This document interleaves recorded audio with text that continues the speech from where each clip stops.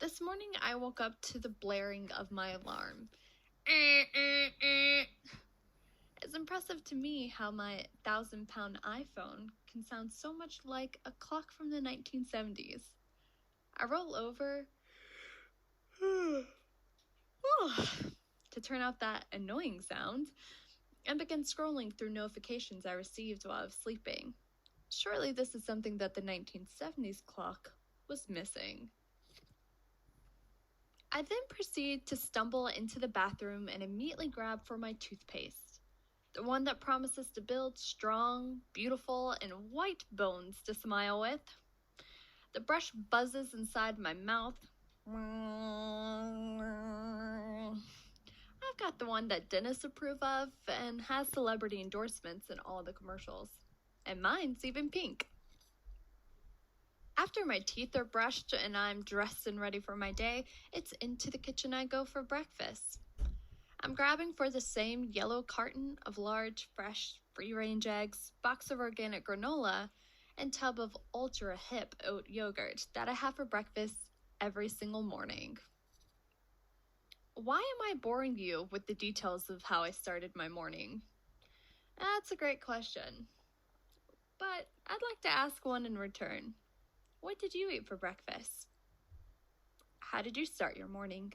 Better yet, what clock did you wake up with? Now, can you tell me why for any of those things? Why did you buy that particular clock that woke you up, or in my case, phone?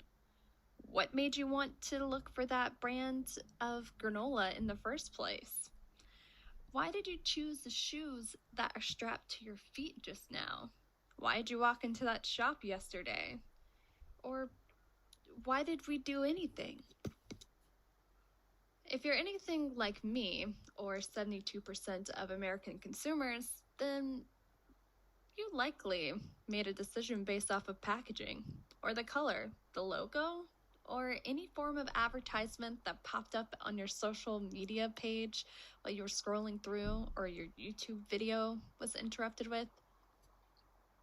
And who is it that we can thank for all of the beautiful packaging, the seductive colors, the alluring logos used on all of this?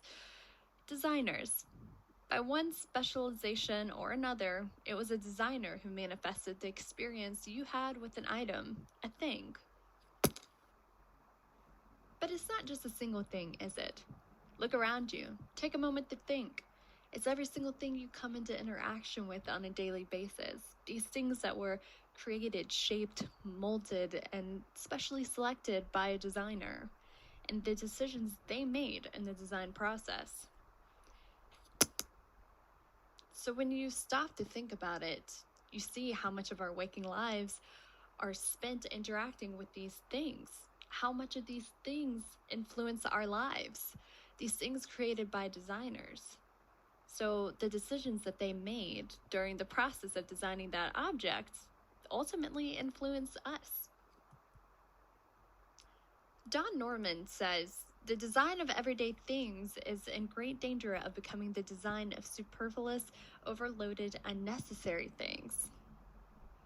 Can you see where maybe this is headed? So what does it matter if we are influenced by the choices that designers make? Well, if the majority of our waking lives are indeed shaped, molded, and influenced by the objects around us, then it matters a great deal, the decisions that these designers are making of that thing, or that other thing that you and I are interacting with on a daily basis. This is where my research starts. My research into how designers influence the masses is centered in trying to uncover what it means to have these selected specialists who are swaying us in our everyday lives. Marshall McLuhan stated, "Print technology created the public. Electric technology created the mass." As I continue to look into this research, what I'm looking for is, how has this evolved over time? How has technology's advancement led to differing ways that these products and things are influencing us, the ways that these specialists are reaching us? I'm interested in uncovering the psychology behind it, the decision making, what process goes into it.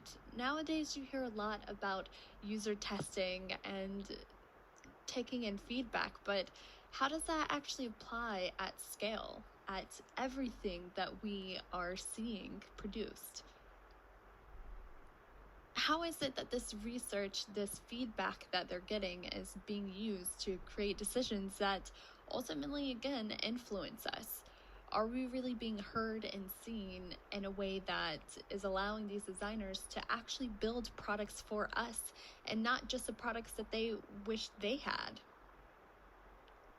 This is the first time in history that we have been surrounded by so many things, and it's just getting more and more. That seems to be part of the growth, part of the human expansion. There are more and more things, and these things, again, are being created for us. How is that impacting us? And how is the production of all of these things with no end in sight affecting the earth? And is it healthy? Is it sustainable? How then do we create sustainable practices that influence our behavior with the earth? In this 21st century, rushing around, all the things, all the people, the noise, how is all of this affecting us? How are these things influencing our behavior with one another and the way that we interact and connect? Is it enough that designers are moving more towards empathy and trying to be empathetic to the user of these objects, these things?